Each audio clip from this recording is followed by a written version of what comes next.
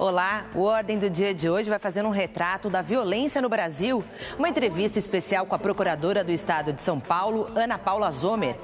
Instituto Moreira Salles exibe fotografias sobre a violência política no Brasil desde a proclamação da República. Tudo isso e muito mais a partir de agora no Ordem do Dia, programa que une a TV Cultura e a OAB São Paulo.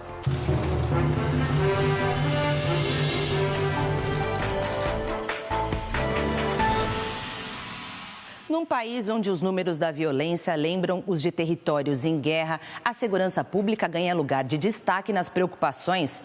O governo criou o Sistema Único de Segurança Pública como forma de enfrentar o problema. Os agentes federais e dos estados e municípios vão trocar informações para agilizar os procedimentos de investigação e prevenção. Pode ser o primeiro passo em favor da vida. Todo dia, uma nova vítima. E os números deixam clara a triste realidade brasileira. No início de junho, o IPEA, Instituto de Pesquisa Econômica Aplicada, e o Fórum Brasileiro de Segurança Pública divulgaram o Atlas da Violência, com dados dos últimos 10 anos. Os homicídios representam 10% das mortes no Brasil. Só em 2016, segundo o levantamento, mais de 62 mil pessoas foram assassinadas. Na última década, 553 mil brasileiros perderam a vida de forma violenta, um total de 153 mortes por dia. Na Síria, país árabe, em 7 anos de conflito armado, 500 mil pessoas morreram, de acordo com estimativas da ONU. Em 2016, a taxa de mortes violentas chegou a 30 para 100 mil habitantes. Isso coloca o Brasil num patamar 30 vezes maior que o da Europa. A violência tá demais, né? Ninguém dá conta, não. Você tem que andar com os olhos no gato e outro no peixe. Se for considerada a média por estado, a situação é ainda mais grave nas regiões Norte e Nordeste. Sergipe tem a maior taxa, 64,7 assassinatos por 100 mil pessoas, seguido por Alagoas, Rio Grande do Norte, Pará, Amapá, Pernambuco e Bahia. Das 10 cidades mais violentas do Brasil, 5 estão na Bahia, 2 no Rio de Janeiro e as outras no Ceará, Pará e Paraná. Queimados, no Rio, é a pior delas, com taxa de quase 135 mortes para cada 100 mil habitantes. Nós temos estruturas de Estado ainda muito frágeis, principalmente no Nordeste, que exigem investimentos constantes, exigem melhorar o trabalho de inteligência, de investigação. Eu acho que o Brasil tem um gravíssimo problema: falta de governo. Aqui nós estamos sem administração pública competente. Nós temos pessoas ocupando cargos. Essas pessoas recebem seus salários, mas muitas dessas pessoas não sabem administrar. Elas não têm preparo para estar em determinada posição. Então é o mesmo que não ter ninguém. O Atlas também revelou que a maioria das vítimas é jovem, do sexo masculino e tem entre 15 e 29 anos. São 65 mortes por 100 mil pessoas. O homicídio é a causa de metade dos óbitos de homens nesta faixa etária. A questão racial também ficou evidente no levantamento. Entre 15 e 29 anos, o assassinato de negros foi 2,5 vezes maior do que no restante da população. 7 em cada 10 pessoas que são assassinadas no país são pretas ou pardas. Enquanto a taxa de homicídios de não negros diminuiu quase 7%, a de negros aumentou mais de 23%. Entre as mulheres, o número de mortes de negras foi 71% superior ao de não negras. Principalmente mulher, né? A gente se sente mais vulnerável. Elas morrem porque são mulheres mesmo. E os negros morrem porque são negros. É uma consequência óbvia da situação dessas comunidades dentro de um país desigual, escravocrata, patriarcal e que pouco está se incomodando com os direitos humanos de quem quer que seja. Neste ano, foi criado um ministério específico para a segurança pública, que tem como responsável Raul Jungmann. Na semana passada, o presidente Michel Temer sancionou o projeto de lei do SUSP, Sistema Único de Segurança Pública, e também aprovou a criação da Política Nacional de Segurança Pública e Defesa Social. A lei tem como finalidade a preservação da ordem pública, da segurança das pessoas e do patrimônio, por meio de atuação integrada dos órgãos de segurança pública e defesa social da União, dos estados, do Distrito Federal e dos municípios, em articulação com a sociedade. O plano de combate à violência e prevenção de crimes terá duração de 10 anos e metas anuais. 13 bilhões de reais em recursos virão do orçamento do Ministério da Segurança Pública. Outra parcela virá de uma medida provisória que determinou que parte da arrecadação das loterias da Caixa tem o setor como destino. Cerca de 800 milhões de reais a mais. Dinheiro que antes seria investido em esporte e cultura. O que nós precisamos é ver o sistema funcionar. Isso que eu digo, né? Porque ter boas ideias, às vezes eles até têm. Mas na hora de executar o planejamento, aí vem problemas, porque vão surgir problemas. E esses problemas têm que ser superados. Então é preciso ter persistência para criar um sistema que realmente funcione, superando os entraves que surgirão e fazendo com que o prometido para a população se torne realidade. O Atlas da Violência ainda apontou uma relação entre mortes violentas e armas de fogo. De 1980 até 2016, quase 1 milhão de brasileiros foram baleados e mortos. Uma lei de 2003 proíbe a venda de arma de fogo ao cidadão comum com menos de 25 anos de idade. Podem portar armas profissionais que trabalham com segurança pública ou defesa nacional. Civis que tenham armas legalmente adquiridas têm permissão apenas para deixá-las em casa ou no local de trabalho. Um projeto de lei pronto para ser votado no plenário da Câmara quer revogar o Estatuto do Desarmamento. O chamado Estatuto de Controle de Armas de Fogo pretende, em um dos pontos, facilitar a posse de armas, diminuindo a idade mínima de 25 para 21 anos. O Brasil é muito violento porque ele é muito desrespeitoso. Nós temos que começar a cortar esse tipo de desrespeito em todos os locais. Então nós começamos em casa e vamos espalhando o respeito. Vamos criando uma sociedade da respeitabilidade. O respeito por cada ser humano é a solução para a pacificação do Brasil. E veja a seguir, 2 novas medidas tentam aumentar a proteção à mulher. E mais, Brasil tem baixo índice de resolução de homicídios. Voltamos em instantes.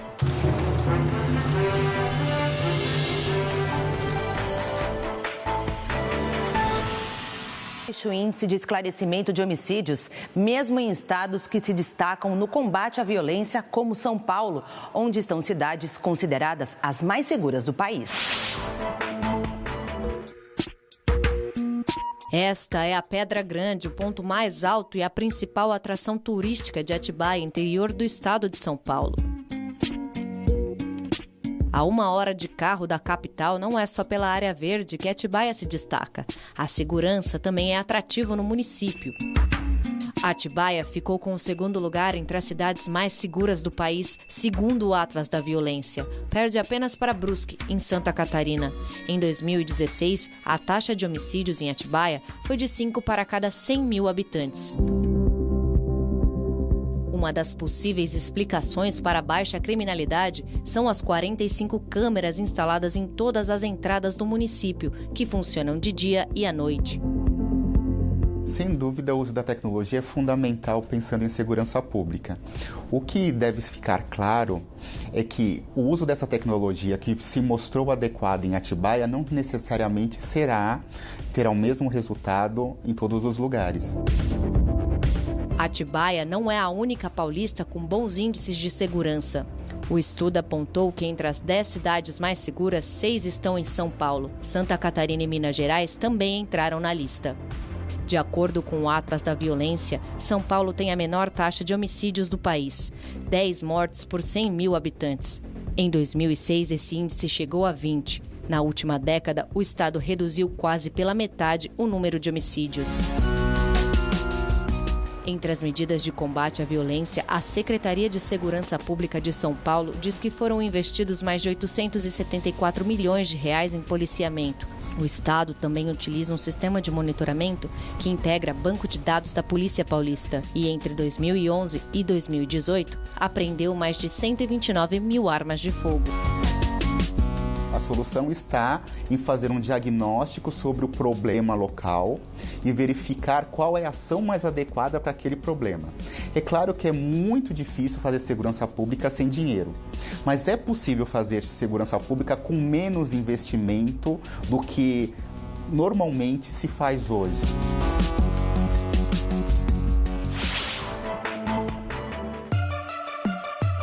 A violência no Brasil bate recordes. O aumento no número de mortes está diretamente ligado a uma outra questão: a impunidade. A resolução dos crimes no Brasil não chega a 10% do total. Uma pesquisa de 2017 do Instituto Sou da Paz, chamada Onde Mora a Impunidade, mostrou que a maioria dos estados brasileiros não sabe quantos casos de assassinato são investigados e solucionados. Em todo o Brasil, apenas 6 estados calcularam o índice de esclarecimento. No Pará, 4% dos casos são solucionados. No Rio de Janeiro, 11%. No Espírito Santo, 20%. Rondônia, 24%. São Paulo, 38%. E Mato Grosso do Sul, 55%. No Rio de Janeiro, o assassinato da vereadora do PSOL, Marielle Franco, e do motorista dela, Anderson Gomes, completou 3 meses e segue sem solução. A impunidade, na verdade, está envolvida em todo o sistema. Então, primeiro, o número de subnotificações é muito grande, o número de boletins de ocorrência é grande, mas não reflete a violência que existe. O número de boletins de ocorrência que viram inquérito é muito pequeno, então a questão do julgamento está na ponta. É claro que a questão legal, a questão da justiça é fundamental para a questão de segurança pública, mas realmente deve ser entendido a importância da Secretaria de Segurança Pública e não só de Justiça, deve ser entendida a importância da sociedade civil na questão da segurança pública, como a sociedade civil pode contribuir. A investigação de um homicídio no Brasil tem um longo caminho. Ela começa na Polícia Civil de cada estado e, após a apuração, segue para o Ministério Público, onde o suspeito pode ser indiciado. Quando a denúncia do MP chega ao judiciário, um juiz pode recusar, absolver sumariamente o acusado ou receber a denúncia. Caso a denúncia seja recebida, há um julgamento prévio feito por um juiz que poderá finalmente encaminhar o caso para o tribunal do júri. Os crimes são punidos de acordo com o Código Penal Brasileiro, criado em 1940. No Congresso Brasileiro, um projeto de lei pretende reduzir a maioridade penal de 18 para 16 anos. Defensores da proposta afirmam que a mudança diminuiria a impunidade entre adolescentes de 16 e 17 anos. Quem é contra alega que reduzir a maioridade agravaria ainda mais a crise do sistema prisional. Se a gente aprisionar cada vez pessoas mais jovens, isso é resultado de quê? Da nossa ineficiência como poder público, como sociedade, evitar que esses jovens se envolvam em atos violentos, evitar que esses jovens, por exemplo, se envolvam com crime organizado. Então a gente não está agindo contra o problema efetivamente, mas contra um reflexo desse problema.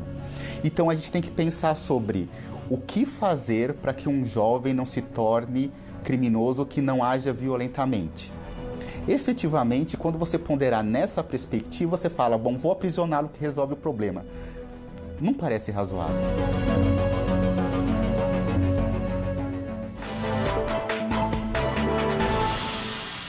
Meu nome é Lucinara e eu gostaria de saber se quando uma pessoa comete homicídio, ela é levada a júri popular? O júri popular vai funcionar no Brasil num único caso, só quando tem homicídio, que é a morte intencional de uma pessoa. Quando há, por exemplo, homicídio culposo, que é, por exemplo, num acidente de trânsito, isso não é levado ao júri popular.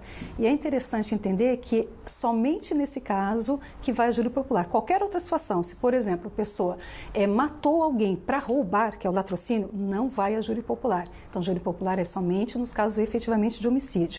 A convidada da entrevista da semana é a procuradora do Estado de São Paulo, especialista em criminologia, Ana Paula Zomer. Doutora, o mapa da violência revelou que o número de pessoas mortas de forma violenta no Brasil é semelhante ao de países em guerra. Aqui na América Latina, estamos ao lado da Colômbia, que até pouco tempo atrás tinha uma guerrilha armada. Onde nós estamos falhando? Nós estamos falhando, Amanda, em termos políticas só repressivas. Há muitos e muitos anos que nós nos esquecemos ou nunca implementamos, a bem da verdade, políticas preventivas contra a criminalidade. A questão da segurança pública, ela não pode ser vista só sob o enfoque da repressão. A repressão e a prevenção têm que caminhar paralelamente. O que nós estamos fazendo há muito tempo é ofertar como única política pública para a questão da segurança pública, não é? Desculpe a redundância, o encarceramento. E essa não é uma política eficaz como nós estamos vendo. Nós temos que ter alguma coisa, temos que assumir que só o encarceramento não é uma política que funciona. O que funciona, então? Ou o que merece uma segunda opção? Uma política pública preventiva. Alguma coisa que nos faça não chegar à necessidade do encarceramento ou deixar o encarceramento para aqueles casos em que ele é absolutamente necessário e imprescindível. Um estudo do governo federal estimou que o custo da criminalidade no país é de mais de 4% do PIB, o equivalente a 285 bilhões de reais por ano. E para cada jovem que morre assassinado, o Brasil perde cerca de 550 mil reais, levando em conta o que ele produziria ao longo da vida. Diante desses números, fica mais do que evidente que a violência prejudica o crescimento econômico do Brasil? Sem sombra de dúvida, até porque se você for fazer um mapeamento ao longo da vida de um jovem, e normalmente esse jovem vai ser do sexo masculino, aonde ele tem mais probabilidade de delinquir é na faixa etária dos 19 aos 30, 35 anos. Ou seja, uma faixa etária onde ele é altamente produtivo.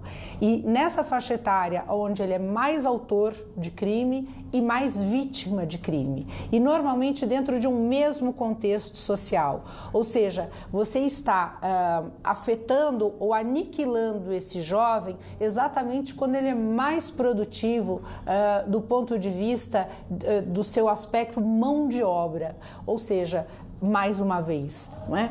O que está faltando? Está faltando fazer com que ele não tenha que, de alguma maneira, e veja, não que ele necessariamente vai fazer isso, mas está faltando fazer com que ele tenha outras opções, não é? Que se crie uma base, ou que se estude o que o está levando a, de alguma maneira, enveredar pelo caminho da criminalidade. É eu fazer o quê? Aumentar os índices de desenvolvimento humano, eu aumentar a chance de escolaridade, eu aumentar a chance de renda per capita, ou pelo menos eu começar a tentar esse tipo de política pública que não tem vez no nosso país. O nosso país só fala o linguajar da repressão. E eu não acho que a repressão ela possa ser simplesmente abolida de forma nenhuma. Há pessoas que infelizmente não têm outra condição senão aquela de estarem encarceradas, não têm condições de viver com os demais. Agora, admitir o encarceramento como única política pública para prevenção ou solução da criminalidade é um erro crasso, um erro grotesco e que os números que você mesma está me trazendo e que o mapa da violência que saiu agora em 4 de junho, se eu não me engano, mostra como alguma coisa que faliu, que não vem dando resultado. O anúncio da criação do Sistema Único de Segurança Pública foi bem recebido como instrumento de combate à criminalidade no país. Mas entidades ligadas a questões da violência afirmam que, por enquanto, o plano é só uma declaração de princípios. A senhora concorda? Eu acho que ele é uma declaração de princípios, até porque, como eu disse para você, a segurança pública ela vai muito além daqueles pontos que são elencados como típicos da segurança pública, não é? Você, para pensar em segurança pública, você também precisa pensar em educação, você também precisa pensar em saúde, você também precisa pensar em família, você precisa pensar em outras vertentes que não apenas uma carta de intenções ligadas a policiamento ostensivo, a intervenção militar ou coisas dessa natureza. Você precisa fazer um leque um pouco maior, ou seja, ter um horizonte um pouco mais aberto, um pouco mais amplo e entender que segurança pública não se resolve simplesmente com policiamento ou com encarceramento. O problema é muito maior. Oxalá fosse assim, não é? Nós já teríamos, evidentemente, resolvido o problema da criminalidade no Brasil. Agora, evidentemente, não é disso que se trata. 2 leis sancionadas em abril deste ano reforçam os meios de proteção à mulher. Fique por dentro.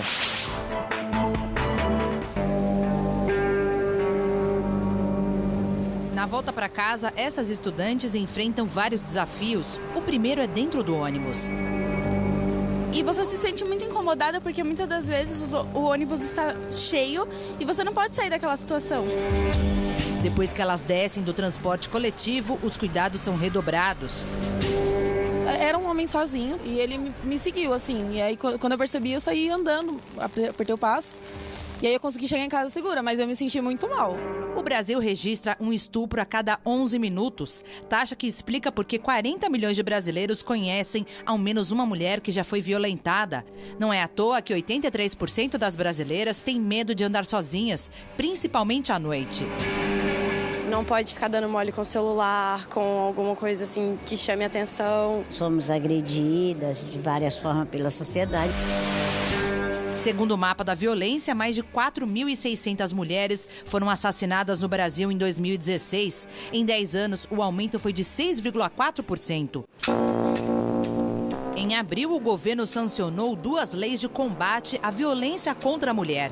A 13.642, que permite à Polícia Federal a investigar crimes relacionados à divulgação de mensagens que propagam o ódio contra as mulheres. E a 13.641, que torna crime o descumprimento das medidas protetivas previstas na Lei Maria da Penha. Essa mulher, ela tem um direito, ela tem... A escolha dela é que vale. Ela não deve ser assediada, ela não deve sofrer um crime desse, porque ela é uma pessoa, ela é um ser humano e ela tem o direito de existir livremente na sociedade e fazer suas escolhas.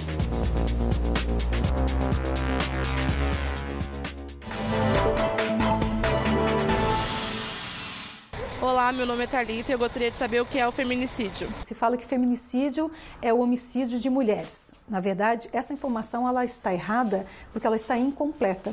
Porque, na verdade, sim, é o homicídio de mulheres, porém em 3 situações específicas. Quais são as condições? O crime foi praticado por ela ser mulher, por menosprezar essa mulher, por discriminar essa mulher ou então pela situação de violência de gênero contra essa mulher. Então, se configurar uma dessas 3 condições, já era homicídio, continua sendo homicídio, só que agora você tem uma pena maior. Para isso, então, que serve feminicídio, serve exatamente para uma questão de justiça. A gravidade do fato corresponde à gravidade da pena. Em instantes, exposição fotográfica em São Paulo revela violência política no Brasil desde 1889. Aguarde só um pouquinho.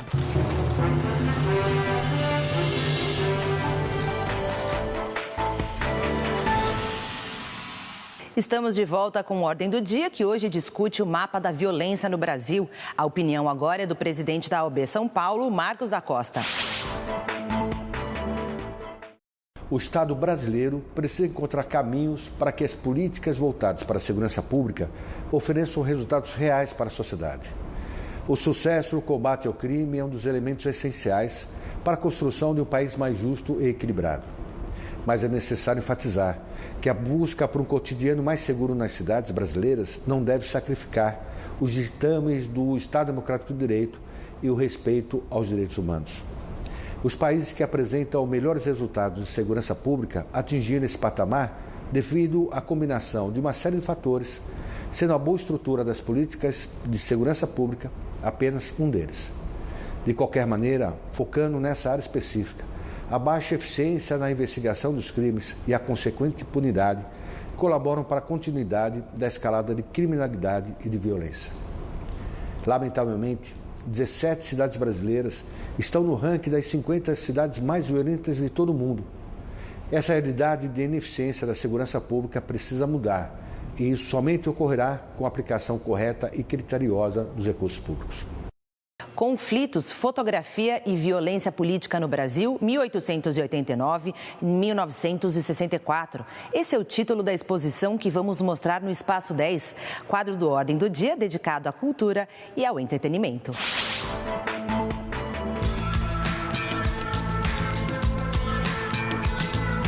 Uma pesquisa densa e impactante, com curadoria de Heloísa Espada. Depois de uma temporada no Rio de Janeiro, a exposição Conflitos, Fotografia e Violência Política no Brasil, 1889-1964, está em cartaz no Instituto Moreira Salles, em São Paulo, até o dia 29 de julho. 338 obras públicas e particulares traçam um panorama visual de 75 anos da história brasileira, onde o uso da força foi muitas vezes protagonista na resolução de conflitos. Vânia e Theo descobriram a exposição por acaso e se surpreenderam. Abrir a visão da gente daquela ideia de que o Brasil é um país pacífico, né? A gente vê quantas guerras, né, revoltas. Eu não pensava que era desse jeito, embora nós aprendemos certas coisas na escola, só que a gente chega aqui e a gente começa a perceber que o que nós aprendemos na escola ficou a desejar. A mostra traz revoluções federalistas, o cangaço e também motins populares, quando o então presidente Getúlio Vargas se matou. Todos os conflitos são explicados, assim como o papel das imagens em cada um dos episódios. O uso político e as formas de circulação. A exposição deixa claro que as fotografias foram sistematicamente utilizadas para glorificar o vencedor. A história do Brasil é muito complexa, porque são várias regiões. Apesar de terminar no golpe civil-militar de 1964, a mostra revela muito sobre o Brasil atual. Eu vi alguns conflitos de algumas determinadas épocas onde havia muita polarização de opiniões e acho que isso é uma coisa que está bastante recorrente nos dias de hoje, então acho que é possível traçar um paralelo. A exposição no Instituto Moreira Salles tem entrada gratuita. O museu fica aberto de terça a domingo, das 10 da manhã às 8 da noite. Nas quintas, o horário se estende até às 10 da noite. A edição de hoje do Ordem do Dia está terminando. Voltamos na semana que vem, sempre com um tema diferente. Ordem do Dia, programa que une a TV Cultura e a Ordem dos Advogados do Brasil, Seção São Paulo. Tchau, boa semana.